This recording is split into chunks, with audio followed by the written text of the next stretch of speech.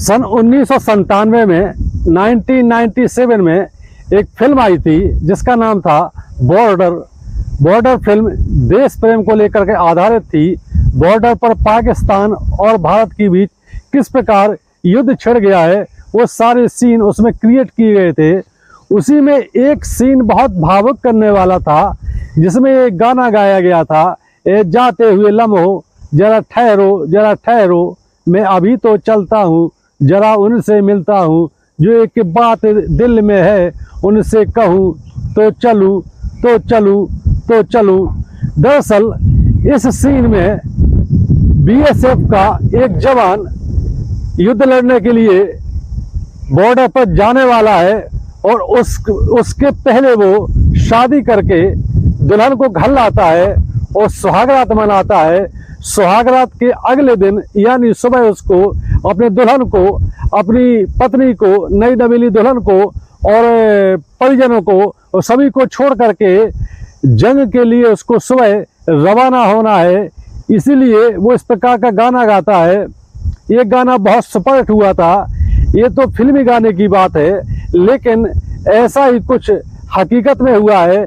आज हम आपको ऐसी 3 सच्ची कहानियां सुनाने जा रहे हैं जिसको देख करके आपको पता चलेगा कि देश प्रेम क्या होता है, राष्ट्र प्रेम क्या होता है। राष्ट्र सबसे पहले है, शादी बाद में है, घर परिवार बाद में है, सबसे पहले देश है। यदि देश सुरक्षित है तो हम सभी सुरक्षित हैं। दरअसल हाल ही में भारत और पाकिस्तान के बीच युद्ध एक प्रकार से शुरू ही हो गया था। हालांकि फिलहाल सीज फायर लागू कर दिया गया है, लेकिन 7 मई को जब भारत ने पाकिस्तान पर सर्जिकल स्ट्राइक की तो उसके एक दिन तो खामोशी बनी रही, लेकिन उसके एक दिन बाद यानी 9 मई 2025 से भारत और पाकिस्तान के बीच एक प्रकार से युद्ध की स्थिति हो गई। एक दूसरे पर मिसाइलों से हमले करना शुरू हो गए। हालांकि भारत ने पाकिस्तान को एक प्रकार से दबोचने में सफलता पा ली। इसी दौरान जब युद्ध की नौबत आ गई तो सारे सैनिकों की छुट्टियां रद्द कर दी गई। जो सैनिक छुट्टी लेकर के अपने घर आए हुए थे उनको तुरंत वापसी करने के लिए कॉल पहुंचने शुरू हो गए। कुछ सैनिक ऐसे भी थे जिनकी हाल ही में शादी हुई थी, यानी 9 मई से युद्ध छिड़ गया और किसी की शादी 5 मई को हुई, किसी की 6 मई को हुई, किसी की 7 मई को हुई और वो सुहागरात भी नहीं मना पाए, हनीमून पर जाने की प्लानिंग कर रहे थे। इसी दौरान सेना मुख्यालय से कॉल आ जाता है, इमरजेंसी कॉल आता है कि सभी की छुट्टियां रद्द कर दी गई हैं, आप जहां भी हैं, जैसे भी हैं, तुरंत सामान पैक करके अपनी ड्यूटी स्थल पर पहुंच जाएं। आइए सबसे पहले चलते हैं हम बिहार के बक्सर जिले में एक गांव पड़ता है जिसका नाम है नंदनगांव। नंदनगांव के एक मिलिट्री मैन है जिनका नाम है त्यागी यादव। उम्र लगभग 28 साल है। इनकी शादी 7 मई को होती है। 7 मई को शादी होती है। इधर भारत और पाकिस्तान के बीच युद्ध की नौबत शुरू हो जाती है। 7 मई को 7 फेरे लेने के बाद त्यागी यादव की शादी प्रिया से हो जाती है। प्रिया के साथ 7 फेरे लेने के बाद त्यागी यादव अपनी दुल्हन प्रिया को लेकर के सभी बारातियों को साथ अपने घर वापस नंदनगांव पहुंचते हैं। इसी दौरान 8 मई को अगले दिन यानी दुल्हन को विदा करके लाए हैं, दुल्हन को वाहन से उतारा है। सारी रस्म रिवाज जो औपचारिकता वाली होती है घर में वो करने की तैयारियां चल रही है। मंगल गीत गाए जा रहे हैं। इसी दौरान त्यागी यादव के मोबाइल पर एक कॉल आता है 8 मई को सुबह कि आप जहां भी हैं, जैसे भी हैं, तुरंत सामान पैक करें और ड्यूटी स्थल के लिए आप रवाना हो जाएं।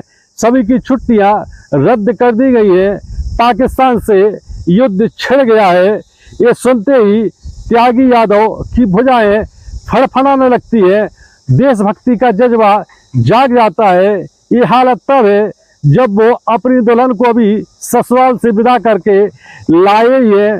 जैसे ही त्यागी यादव ने अपने परिजनों को ये बताया कि मुझे तुरंत यहाँ से निकलना होगा क्योंकि इमरजेंसी कॉल आया है सेना मुख्यालय से, मेरी छुट्टियां रद्द कर दी गई है, देश पर संकट छा गया है, पाकिस्तान से युद्ध शुरू हो गया है, हमें युद्ध लड़ने के लिए जाना पड़ेगा। परिवार वाले भी चिंतित हो जाते हैं। जब त्यागी यादव की दुल्हन प्रिया को ये बात बताई जाती है तो बहुत दुखी हो जाती है वो कि अभी तो हम ससुराल से आए ही हैं, पहला दिन है और पति जंग लड़ने के लिए जा रहे हैं। इसके बाद 9 मई को सुबह त्यागी यादव की रवानगी तय हुई। त्यागी यादव ने 8 मई को अपने परिवार के साथ, अपनी नई नवेली दुल्हन के साथ वक्त बिताया। इसी दौरान सारा सामान भी पैक कर लिया गया और 9 मई को सुबह त्यागी यादव अपनी नई दुल्हन को लेकर के और परिजनों को लेकर के रेलवे स्टेशन पहुंच जाते हैं बक्सर के और ट्रेन का इंतजार करने लगते हैं। जब प्लेटफार्म पर लोग देखते हैं कि एक सेना का जवान जिसकी साथ में नई दुल्हन भी है वो ट्रेन का इंतजार कर रहा है, साथ में सारे रिश्तेदार भी हैं, परिजन भी है, तो लोग आपस में चर्चा करते हैं कि देखिए क्या जमाना है, क्या स्थितियां बन जाती हैं अचानक। क्योंकि इस देश के लिए लड़ने का सवाल है, इसलिए त्यागी यादव को जाना पड़ रहा है। त्यागी यादव अंदर ही अंदर दुखी तो है कि वो नई दुल्हन को लेकर के आया है, शादी का अभी दूसरा दिन ही है, लेकिन जब बात देश की आती है तो देश सबसे पहले, घर परिवार रिश्तेदार पत्नी सब बाद में है, पहले देश है। यदि देश नहीं है तो हम कहाँ होंगे। त्यागी यादव अंदर ही अंदर दुखी तो है, लेकिन चेहरे पर गर्व के भाव भी है कि हमारे देश को जरूरत है, हम देश के किसी काम आ सकते हैं। इससे ज़्यादा सौभाग्य की बात और क्या हो सकती है। जो त्यागी यादव की नई नवेली दुल्हन है प्रिया, उसके मन में भी दुख है। नम आंखों से वो अपने पति की ओर देख रही है, लेकिन उसके चेहरे पर गर्व के लक्षण भी है, गर्व के भाव दिखाई दे रहे हैं। उसे अंदर ही अंदर गर्व भी हो रहा है। हालांकि इस बात का उसको दुख है कि वो शादी के अभी 1-2 दिन ही हुए हैं और उसका पति उसको छोड़ करके जंग के लिए जा रहा है। लेकिन देशभक्ति एक ऐसी भावना है जो हर व्यक्ति में होना भी चाहिए। और प्रिया ने हंसते हंसते, आंसू बहाते अपने पति को बक्सर रेलवे स्टेशन से विदा किया। आइए इसके बाद चलते हैं महाराष्ट्र के जलगांव रेलवे स्टेशन पर भी इसी प्रकार का सीन क्रिएट हुआ। एक नया नवेला दूल्हा जो कि फौज में है, उसकी छुट्टियां भी रद्द कर दी गई है। दरअसल ये जलगांव के रहने वाले हैं जिनका नाम है मनोज पाटिल। मनोज पाटिल भी फौज में जवान है और इनकी पत्नी जो नई नवेली दुल्हन है यामिनी पाटिल इनका नाम है। इनकी शादी 7 मई को होती है और 7 मई को शादी होने के बाद ये 8 मई को अपनी दुल्हन को विदा करके लाते हैं। घर में मंगल गीत गाए जा रहे हैं, सभी जगह खुशियों का माहौल है। नई दुल्हन आई है, लेकिन इसी दौरान मनोज पाटिल के मोबाइल पर रिंग बजती है और ये रिंग सेना मुख्यालय से आती है। मनोज पाटिल को बताया जाता है कि आपकी छुट्टियां रद्द कर दी गई है, सभी सैनिकों की छुट्टियां रद्द कर दी गई है, आप जैसे भी है जहां भी है सामान पैक करके तुरंत ड्यूटी स्थल पर रवाना हो जाइए। आखिरकार मनोज पाटिल भी 9 मई को जलगांव के रेलवे स्टेशन पर पहुंच जाते अपना सामान लेकर के। देश की सुरक्षा का जज्बा मन में लिए हुई है। हालांकि बहुत कसक भी है कि अभी 2 दिन पहले ही हमारी शादी हुई है, हनीमून पर जाने की हम तैयारी कर रहे थे, लेकिन जब हालात देश के ऐसे हो जाएं तो सबसे पहले देश, उसके बाद कुछ और।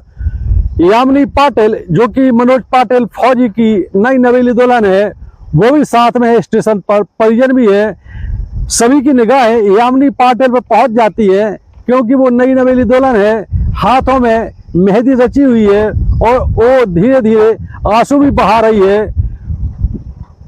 देश भक्ति की भावना तो उबाल मार रही है, लेकिन मन में एक कसक भी है कि अभी शादी की 1-2 दिन ही हुई है और उसका पति जंग लड़ने के लिए जा रहा है। इसके बाद जब ट्रेन आती है तो ट्रेन आने से पहले यामिनी पाटिल अपने नए नवेले दूल्हे पति मनोज पाटिल को हंसते हुए विदा करती है।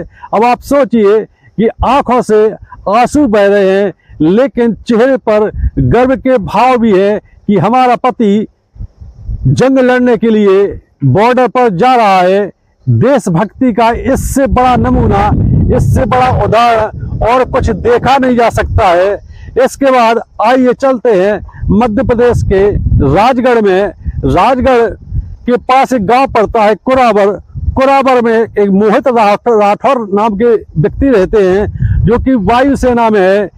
इनकी जो नई नवेली दुल्हन है वंदना, ये भी 8 मई को वंदना को दुल्हन बना करके अपने घर लाते हैं और एक तरफ वाहन से दुल्हन को उतारते हैं और सेना मुख्यालय से मोहित राठौर को फोन आ जाता है कि आप जहां भी हैं, जैसे भी हैं, तुरंत सामान पैक करके मुख्यालय पहुंचिए, क्योंकि देश पर संकट छा गया है और युद्ध के हालात ही नहीं, युद्ध पाकिस्तान से शुरू हो गया है। सभी सैनिकों की छुट्टियां रद्द कर दी गई है। आपातकाल में सभी को वापस बुलाया गया है। मोहित राठौर की भुजाएं भी फड़फड़ाने लगती है, क्योंकि ये हालात ऐसे बन गए थे 8, 9 और 10 मई को कि सेना के जो जवान हैं उनकी भुजाएं तो फड़फड़ा ही रही थी, एक आम देशवासी की भुजाएं भी फड़फड़ा रही थी।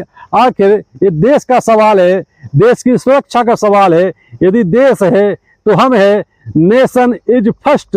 यदि देश सबसे पहले है, घर बाद में, परिवार बाद में। इस प्रकार राजगढ़ रेलवे स्टेशन पर मोहित राठौर को विदा करने के लिए उसकी नई नवेली दुल्हन भी पहुंचती है, जिसका नाम वंदना है। परिवार के लोग भी पहुंचते हैं। हालांकि सबके मन में एक बहुत कसक है कि अभी शादी के 1-2 दिन ही हुए हैं और बताइए दूल्हे को जाना पड़ रहा है, लेकिन सभी लोगों ने नम आंखों से मोहित राठौर को विदा किया और गर्व के साथ। मोहित राठौर के मन में भी कसक थी, लेकिन देश रक्षा, देश प्रेम की भावना सबसे ऊपर। उसने ट्रेन में चढ़ने के बाद सबको हाय हेलो किया और हंसते हुए सबको विदा किया।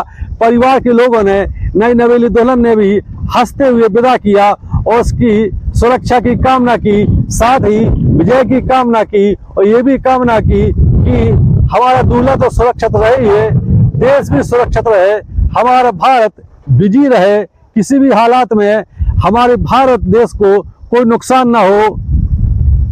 ये कहानी आपको कैसी लगी? यदि वीडियो पसंद आता है तो हमारा चैनल सब्सक्राइब करें। जय हिंद, जय भारत।